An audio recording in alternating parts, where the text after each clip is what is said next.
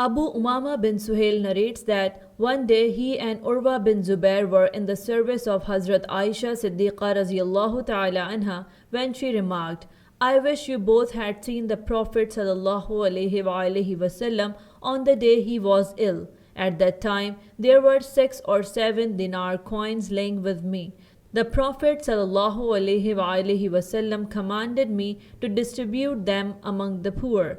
However, due to the Prophet's illness, I missed the opportunity. After he recovered, the Prophet ﷺ asked me about those 6 or 7 dinar coins.